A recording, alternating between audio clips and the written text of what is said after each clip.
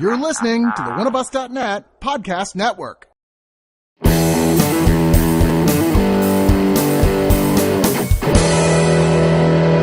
It comes at night. But does it really?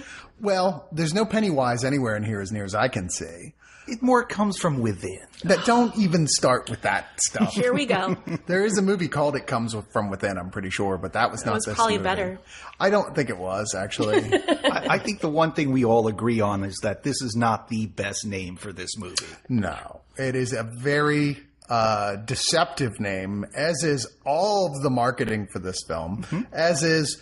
In fact, just watching the film in and of itself is deceptive to what kind of film it is because if you, watching this, directed by second-time director Trey Edward Schultz, you would imagine that you were watching a, like, rage virus zombie horror film.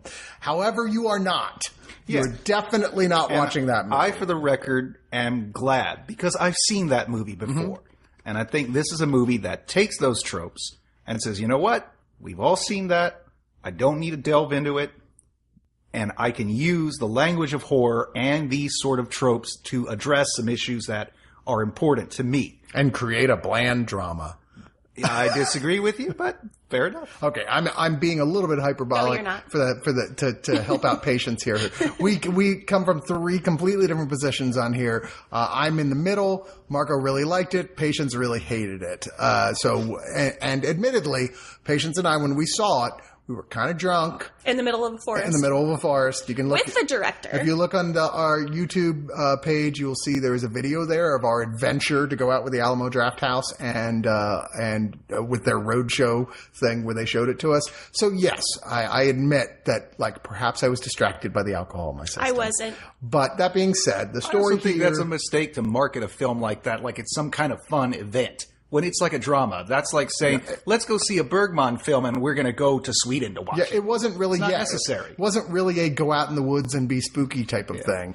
But Joel Edgerton plays Paul, who is the father with a family to Will and Sarah, Will's teenage boy. And they are staying in, as we see in the beginning, his father is, her father. Yeah, her father. Has this virus, and he's gotten to the point where, like, they never say, but like something will happen after a certain point. Explained. He's covered with buboes, and they all say tearfully goodbye to him, and they put him in a wheelbarrow and take him out in the woods, and they kill him, and they set him on fire and bury him. Like, we can't let anybody else get this virus. That's so horrible. In fact, humanity is pretty much just shut down. There's not a lot of. We're not really sure. Yeah, we're not really sure, but this is established that, like, at the very least, like, there's not a lot left. They're hiding in this big fucking house out in the woods.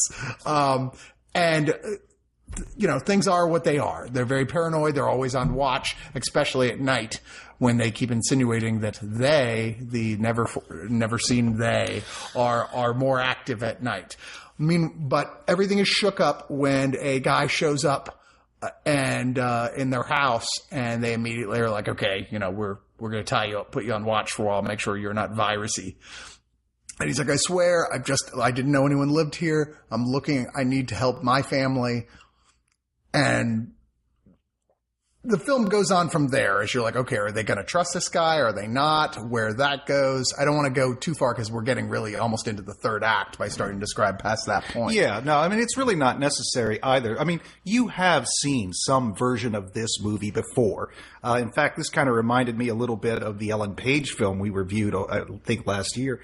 Into the Forest. Again, it's a post-apocalyptic world. I liked that one. I thought that was a good movie. I thought this one was a little bit better for different reasons. But again, same kind of idea. You have this vaguely defined apocalypse that has occurred somewhere off screen.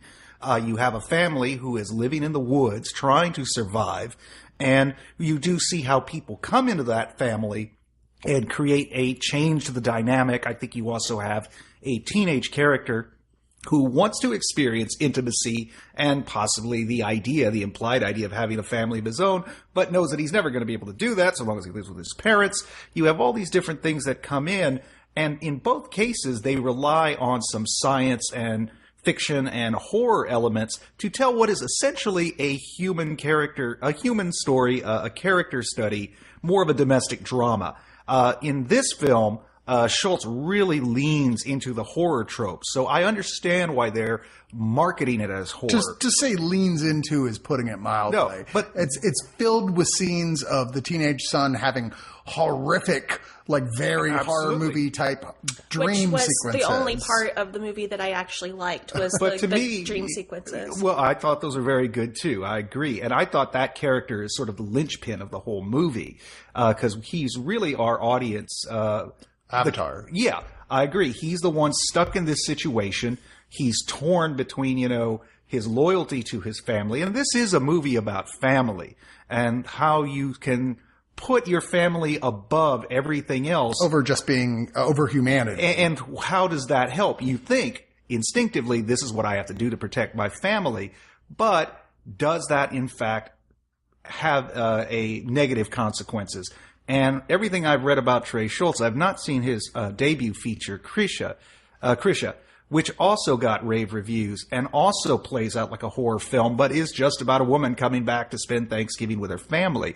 This is a guy who has, in various interviews, stated that he is working through some very deep emotional family trauma. Well, he had mentioned that he wrote this when his father died. Yeah, and he's writing it in the sense of a horror film. Maybe because that's just the way to get a movie made. I mean, if he just did a domestic drama, probably people wouldn't be seeing it. Alamo Drafthouse probably wouldn't be picking it. I mean, I certainly agreed to some extent that, yeah, those horror trappings are going to sell it more, but I also find that in and of itself dishonest.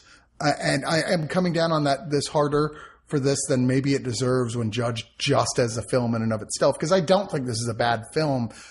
I was irritated by the degree to which this acts like it's a horror movie and it's not even vaguely. And this is one of the reasons I really felt like I should give that spoiler, which is a spoiler. Nothing comes at night. Literally. Because if you go into this, where the movie is telling you constantly for that, wait, it's going to happen, then you're going to be more disappointed. But if you go into this expecting a tension-filled family drama about paranoia and xenophobia, then I think perhaps you'll enjoy it a bit more. And that's what I agree with wholeheartedly. If they had not pushed it so hard, like with the horror trappings, I might have actually enjoyed the movie, but you have a certain set of expectations by the marketing, by the title of all things.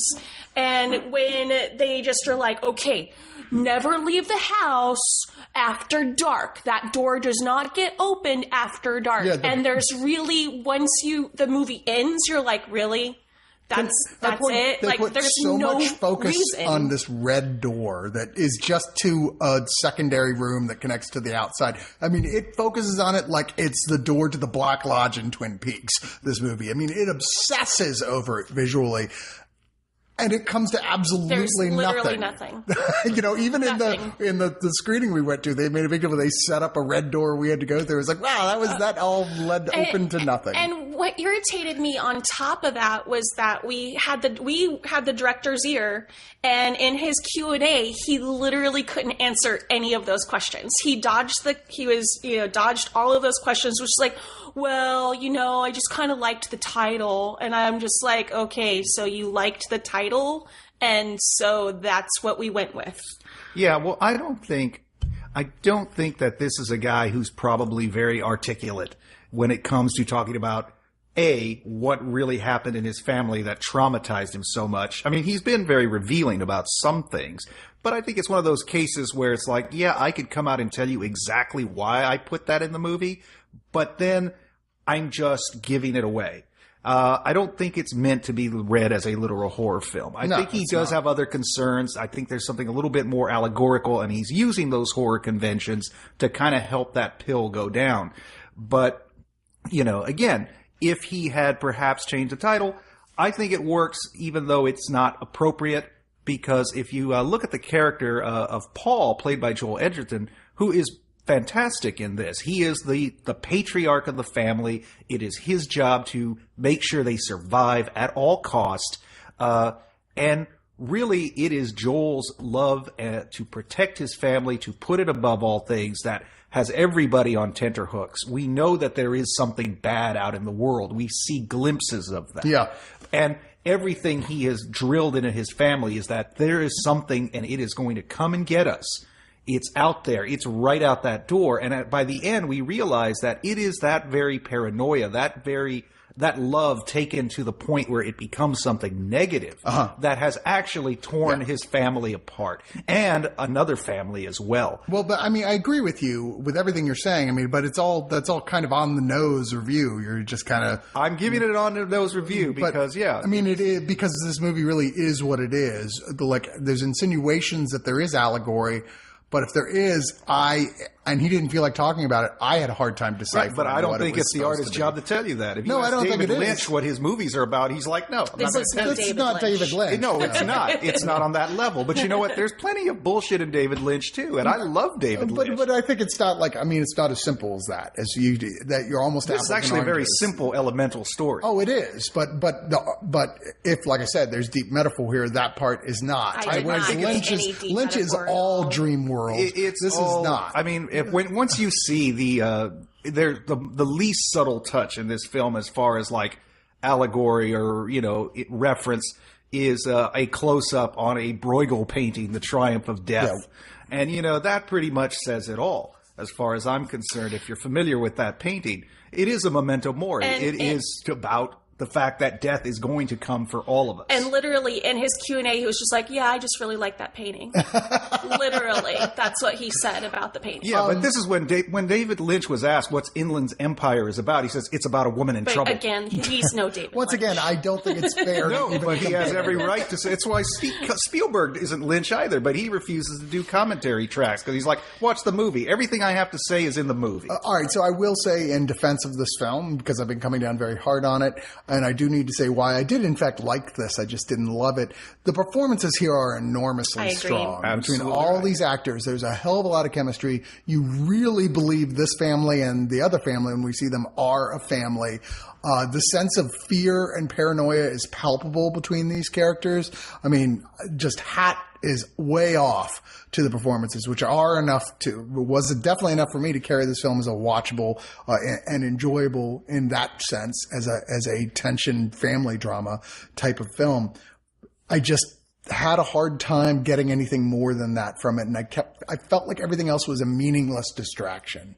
But just going into my final thoughts here, it's a pretty film.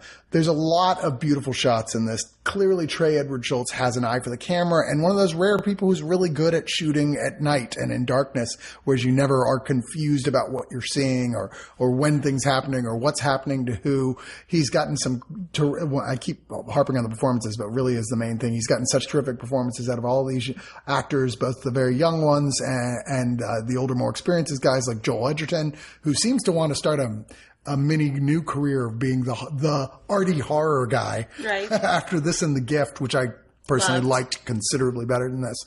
But I do think it's worth watching, especially with our warnings of don't expect the type of film you've probably been led to believe it is. It isn't, but I think once you're past that, you'll probably get a lot more out of this.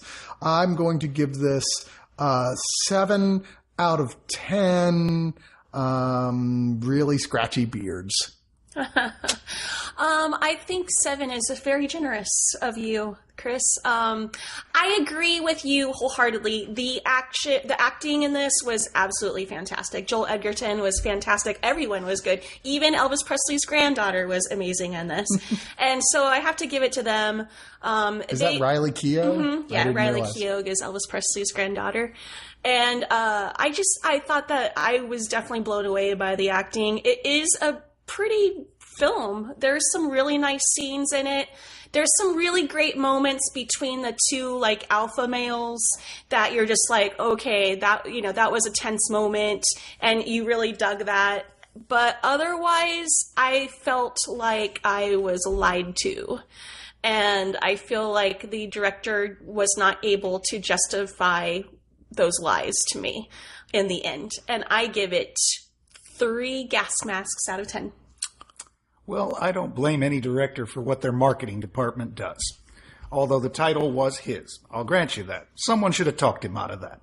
Now, that being said, again, I think we all agree the performances are excellent. I think if you want to see a horror film that is really not a horror film, is a horror film only in form, what you're getting is a domestic drama that ultimately leads to tragedy. It is it has, like any good tragedy. Sorry. Voice is going. Like any good He's tragedy. got the virus! I got it! No, I don't! Get him, patience! Grab his arms! Really? The door was open when I got here. No, really, though. Like any good tragedy, it has a sense of inevitability. You know where this is going to go, and you sit there dreading it because you know it's going to get to the point where it does. And it is very well executed in that regards. If you want a horror film that gives you all of these sort of exploitative, titillative things we've come to expect from horror, if you want something that's just a very simple zombie attack film, which we've seen over and over and over again, then yeah, this is probably not the movie for you. This is the least fun I've had in the theater all month, and I mean that as a compliment. Because he's like, I'm here to break your heart, and I'm going to do it. And I don't have to tell you why I did it, or why it's important to me that I did it. And I have to respect him as an artist for that. You know, the guy's stuck in a movie where, you know, the Draft House is promoting it. Hey, we got this cabin in the woods. Hey, we're going to have a screening. Go and talk to the people and tell them. It's like, no, I don't want to talk about it. That's not why I made this movie, for you to eat popcorn and reveal my deepest, darkest secrets. I thought this was a great film. I look forward to seeing what this guy does next. I don't know if he can continue to go back to the same well. He must have a very unhappy family life, it would seem. And I don't know how long you can sustain that. But if he's gotten through it, if that's the film he had to make to get that out of his system, more power to him. I'm curious to see what he does next. I give this 9 out of 10 dead grandpas in the backyard. Nice. Marco's all like, I know. I'm miserable after watching that film.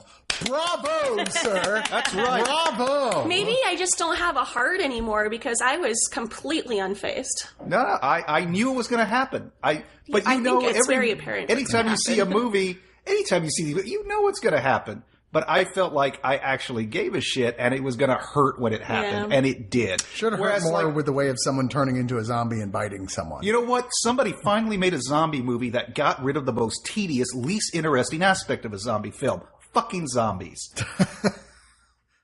We'll agree to disagree.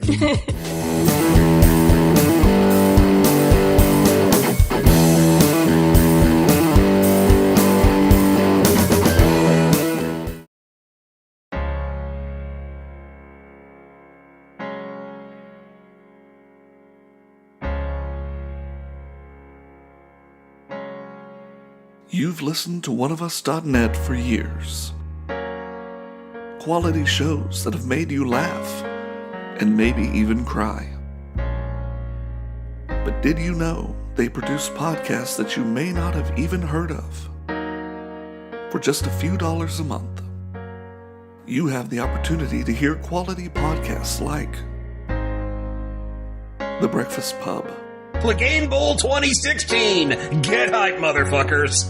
The Original Gentleman, I see this as an avenue to you becoming a huge chick magnet. Oh, yeah. and the Watch a Movie With Us series. By the way, anybody thinking that his makeup is a little bit heavy here does not remember the 80s. Oh, she's thinking about banking babies right now. Oh, it turned into a phallic symbol. Become a subscriber to Oneofus.net and choose your level of giving from Red Shirt, Brown Coat, Time Lord, and Jedi. And know that your donation will help bring quality oral entertainment to you for years to come. Thank you. And may Cthulhu devour your house last.